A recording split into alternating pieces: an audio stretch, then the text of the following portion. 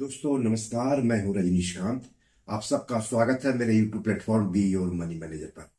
दोस्तों, अगर आपको आईपीओ में पैसा लगाना पसंद है और हाल के दिनों में लॉन्च हुए आईपीओ में पैसा लगाने से चूक गए हैं, या फिर आपने आईपीओ में पैसा तो लगाया था लेकिन आपको आईपीओ अलॉट नहीं हुआ है, तो आपके लिए जरूरी खबर है। दरअसल 13 नवंबर को फुजियामा पावर सिस्टम्स का आईपीओ निवेश के लिए खुल रहा है। तो इस एपिसोड में आगे हम आपको फुजियामा पावर सिस्टम्स और उसके आईपीओ के बारे में बताएंगे। साथ ही ये भी बताएंगे कि आईपीओ क्या होता है, आईपीओ में पैसा लगाकर निवेशक पैसा कैसे कमाते हैं और आईपीओ में निवेश कैसे किया जाता है। लेकिन सबसे पहले आप सबसे गुजारिश है कि चैनल के लिए नया है तो तुरंत सब्सक्राइब कर लीजिए, वीडियो को ज्यादा से ज्यादा शेयर कीजिए ताकि ज्यादा से ज्यादा लोगों तक जानकारी पहुंचे।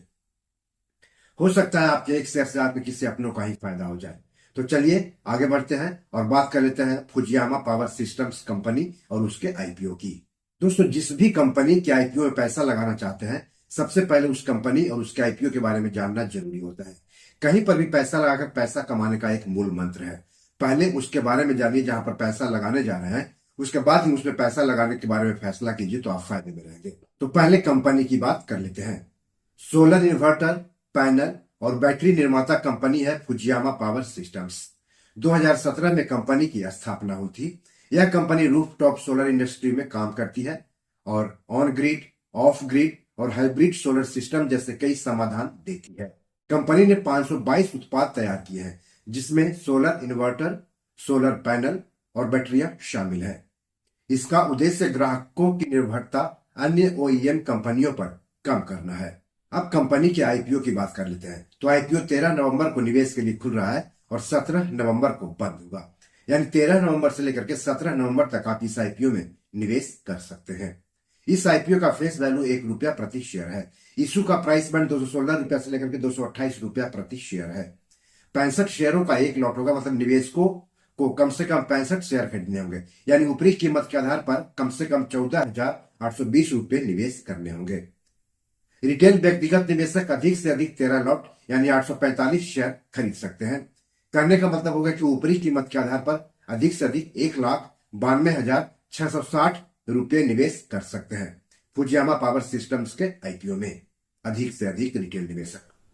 कंपनी इस आईपीओ से करीब 828 करोड़ रुपए जुटाएगी। इसमें करीब 600 करोड़ रुपए के ताजा शेयर बिक्री के लिए जारी किए जाएंगे, मतलब 600 करोड़ रुपए कंपनी को मिलेगा। वहीं ओएफएस यानी ऑफर फॉर सेल के तहत कंपनी के मौजूदा प्रोमोटर्स और शेयर होल्डर्स के करीब 228 करोड़ रुपए का शेयर बेचा जाएगा, मतलब 228 करोड़ रुपए कंपनी में अपना हिस्सा बेचने वाले कंपनी के मौजूदा प्रोमोटर्स और शेयर होल्डर्स को मिलेगा। दोस्तों, किसी भी कंपनी के आईपीओ के निवेश के लिए खुलने के बाद शेयर बाजार पर लिस्ट होने तक उसे कई चरणों से गुजरना होता है। आपने किसी आईपीओ में पैसा लगा दिया, इसका मतलब ये नहीं है कि आपको आईपीओ का शेयर अलॉट ही हो गया।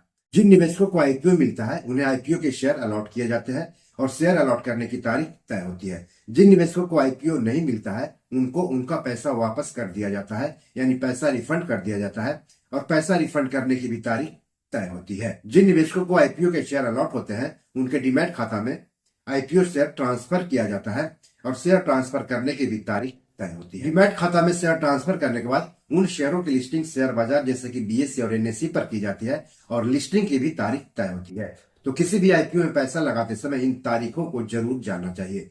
तो हम आगे बताएंगे फुजियामा पावर सिस्टम्स के आईपीओ की इन महत्वपूर्ण तारीखों के बारे में। तो आईपीओ के अलॉट की तारीख है 18 नवंबर। अलॉट नहीं होने पर पैसे की वापसी होगी 19 नवंबर को। निवेशकों के डीमैट अकाउंट में शेयर ट्रांसफर होगी 19 नवंबर को। आईपीओ शेयर्स की लिस्टिंग होगी 20 नवंबर को।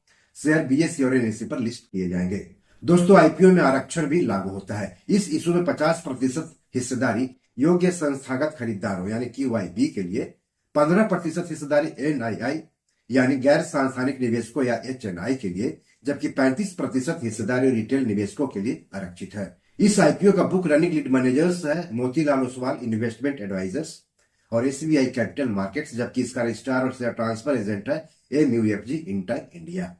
दोस्तों, किसी भी कंपनी के आईपीओ में पैसा लगाते समय यह भी जान लेना जरूरी होता है कि आईपीओ से जुटाए गए पैसे का इस्तेमाल कंपनी कहां कहां करेगी।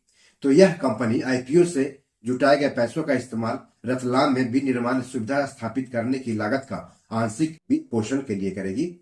इसके अलावा कंपनी द्वारा लिए गए कुछ बकाया उधारों का पूर्ण या आंशिक पुनर्भुगतान या पूर्व भुगतान के लिए करेगी और साथ ही सामान्य कॉर्पोरेट उद्देश्य के लिए भी करेगी। दोस्तों, यहां पर मैं एक डिस्क्लेमर दे रहा हूं। शेयर बाजार में किसी भी शेयर या आईपीओ में निवेश करने से पहले अपने वित्तीय सलाहकार से जरूर सलाह ले लें। ऐसा नहीं करने पर आपको आर्थिक रूप से नुकसान उठाना पड़ सकता है। तो अगर आपने रिस्क और रिटर्न को ध्यान में रखते हुए इस आईपीओ में निवेश करने का फैसला कर लिया है तो जान लेते हैं किसी भी आईपीओ में निवेश कैसे करते हैं। तो शेयर मार्केट, आईपीओ, एफपीओ में निवेश करने के लिए निवेशकों के पास सेविंग्स अकाउंट के अलावा डीमैट और ट्रेडिंग अकाउंट भी होना चाहिए। सेविंग्स अकाउंट को आप बैंक में खुलवा लेंगे, लेकिन डीमैट और ट्रेडिंग अकाउंट आपको सेबी रजिस्टर्ड शेयर ब्रोकर के यहाँ खुलवाना होगा। कुछ शेयर ब्रोकर तीनों अकाउंट खोलने की सुविधा देने का दावा करते हैं। डीमैट अकाउंट के जरिए ही आईपीओ में निवेश किया जाता है। निवेशकों के डीमैट अकाउंट में ही आईपीओ से संबंधित फॉर्म मिलता है, जिसे ऑनलाइन भर देना होता है। आईपीओ का फॉर्म भरने में कोई दिक्कत आ रही हो तो आप अपने शेयर ब्रोकर से बात करें। शेयर ब्रोकर यानी जहां पर आपका डीमैट खाता है। दोस्तों, आप सवाल है कि यह आईपीओ क्या होता है और आईपीओ में पैसा लगाकर निवेशक पैसा कैसे कमाते हैं।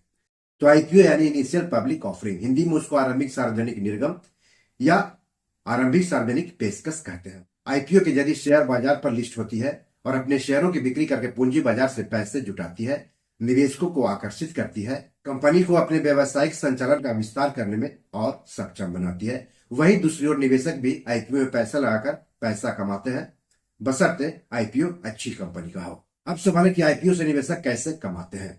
आईपीओ के शेयर जिस कीमत पर निवेशकों को अलॉट होते हैं, अगर शेयर बाजार पर लिस्ट होने के बाद उन शेयरों की बाजार कीमत अलॉट हुई कीमत से अधिक होती है तो जो बढ़ी हुई कीमत है वही निवेशकों की कमाई है।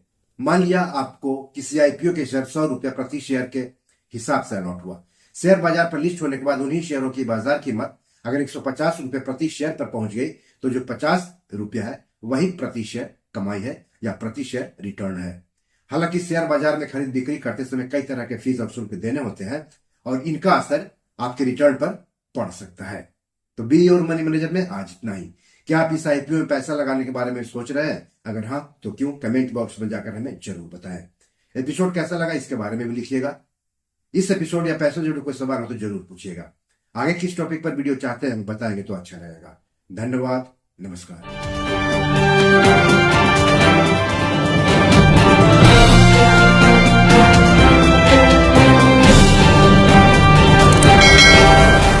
दोस्तों, ये मेरी 7 किताब है जो कि amazon.com पर पब्लिश है। आप इसे डाउनलोड करके पढ़ सकते हैं। इन किताबों के लिंक्स इस वीडियो के डिस्क्रिप्शन में दिए हुए हैं। इन 7 किताबों में से 5 किताब मनी मैनेजमेंट पर है, यानी पैसा निवेश करके अधिक पैसा कैसे कमाएं पर आधारित है।